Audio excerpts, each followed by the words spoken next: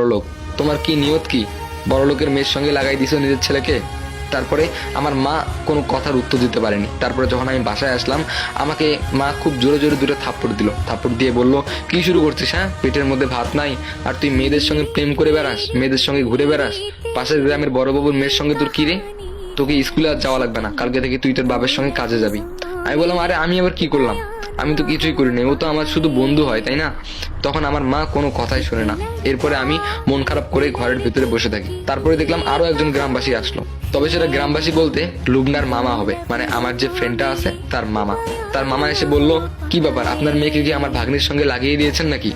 বড়লোক পেয়েছেন তো, ওই জন্য এই সুযোগে তার সয় সম্পত্তি হাতিয়ে নিতে যাচ্ছেন, তাই না? তখন আমার মা কোনো কথার উত্তর দিতে পারলো না। তারপরে সেই লোকটা চলে গেল। এরপর আমার মা কান্না শুরু করলো। আমিও আর সহ্য করতে পেলাম না আমার মায়ের কান্নার আওয়াজ। তারপরে আমি বাসা থেকে বের হলাম। বাসা থেকে বের হয়ে খুব জোরে দৌড় শুরু করলাম। অনেক দূরে চলে গেলাম, দৌড়াতে দৌড়াতে একদম হাঁপিয়ে পড়ছি। সামনেই তাকিয়ে দেখতে পেলাম রেলওয়ে স্টেশন। তারপরে আমি রেলওয়ে স্টেশনের মধ্যে গেলাম।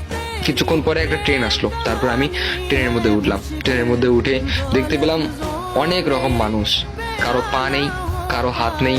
তারপরে পাশের বগিতে দেখতে পেলাম কেউ কেউ মেয়ে নিয়ে বসে আছে, আবার কেউ ফ্যামিলি নিয়ে এসেছে, কেউ বাদাম খাচ্ছে, কেউ ঝালমুড়ি খাচ্ছে, বিভিন্ন রকম মানুষ। আমিও ওখানে চুপটি করে বসে আছি। চলে গেলাম অচেনা একটা শহরে, গিয়ে নামলাম। সেই শহরটার নাম কি সেটাও আমি জানি না। আর আমার মাথা শুধু টেনশনে ভরা। মা বাবাকে ছেড়ে চলে আসলাম। আবার ওপাশে লুবনাকেও ছেড়ে চলে আসলাম। লুবনাকে আমার অনেক ভালো লাগে, আমি ওকে ভালোবেসে ফেলেছি, কিন্তু কি করে বলি?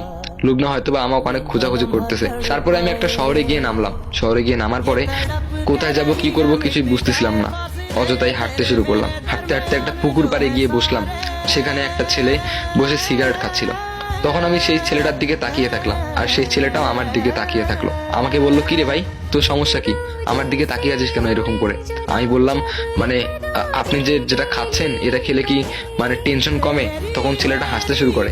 হাসতে হাসতে আমাকে বলে, কে রে ভাই তুই, তোর মাথায় কি কোনো সমস্যা আছে? আমি বললাম, না মানে সমস্যা না। তারপরে আমিও হাসতে শুরু করি। বললাম যে মানে এটা খেলে কি টেনশন কমে? তখন ছেলেটা আমাকে সিগারেটটা দিল।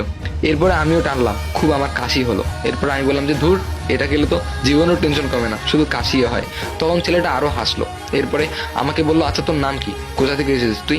এরপরে আমি তাকে সবকিছু বললাম। তখন সে আমাকে বললো, আচ্ছা ঠিক আছে, ব্যাপার না, তোর একটা কাজের ব্যবস্থা করে দিব। আর তোর কিন্তু এটা উচিত হয়নি ছেড়ে আসা, বাড়ির সবাইকে ছেড়ে আসে, এটা উচিত হয়নি। বাসায় এরকম একটু প্যারা হবেই, সেজন্য কি তোকে ছেড়ে আসতে হবে? আমি বললাম, ভাই এখন আমাকে একটা কাজের ব্যবস্থা করে দাও। তখন সেই ছেলেটা আমাকে একটা কাজের ব্যবস্থা করে দিল। সেটা হলো একটা ফ্যাক্টরি, মানে রুটি তৈরি করে। সেখানে আমিও প্রতিদিন রুটি তৈরি করতাম। আর সেই ছেলেটাও আমার বন্ধু হয়ে গেল। আর সেই ছেলেটাও ছিল অনেক বড় লোক, অনেক বড় লোক ছিল। তার একটা বাইক ছিল অসাধারণ। আস্তে আস্তে তার সঙ্গে বেড়াতে বেড়াতে বাইক চালানো শিখলাম।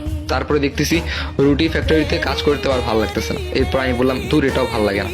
তখন সে আমাকে নিয়ে গেল অন্য একটা জায়গায়। সেখানে গেলাম, গিয়ে দেখতে পেলাম একটা চিকন আর লম্বা করে একটা ছেলে। আমিও কিন্তু বেশ লম্বা। তারপরে আমাকে বলল যে আজকে থেকে তুই এর সঙ্গে কাজ করবি। তখন সেই ছেলেটা বলল, একে নিতে হবে? তখন আমার বন্ধুরা বলল, হ্যাঁ, এ আজকে তোর সঙ্গে কাজ করবে। তখন সেই ছেলেটা বলল, ধুর, একে দিয়ে হবে না ভাই, একে নিয়ে যা তুই। তখন আমার বন্ধু বলল, আরে ছেলে অনেক ভালো। এরপরে আমি বললাম যে প্লিজ ভাই, আমাকে নেও কাজে। তখন সেই ছেলেটা আমাকে বলল, তুই কেন, তোর বাপ আসলেও নিব না। যখন আমার বাপের নাম তুলছে তখন আমি খুব জোরে একটা থাপ্পড় দিলাম ছেলেকে।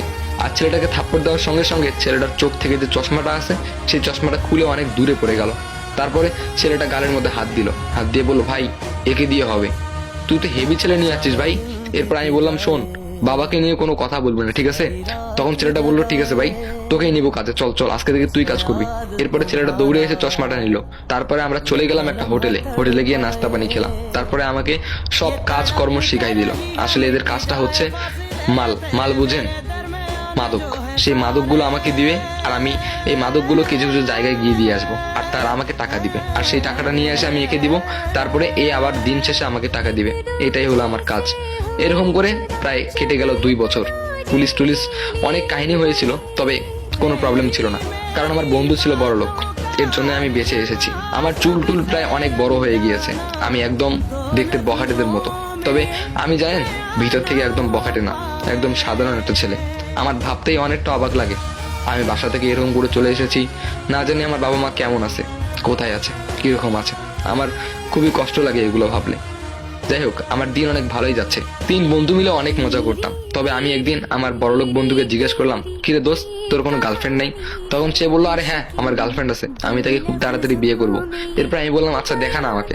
তখন আমার বন্ধুটা তার গার্লফ্রেন্ডের ছবি আমাকে দেখালো।